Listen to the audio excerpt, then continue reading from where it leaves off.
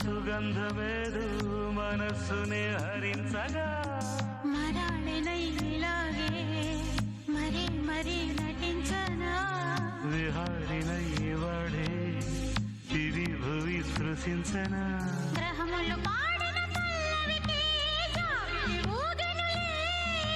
కొమ్మను తాకిన మరికే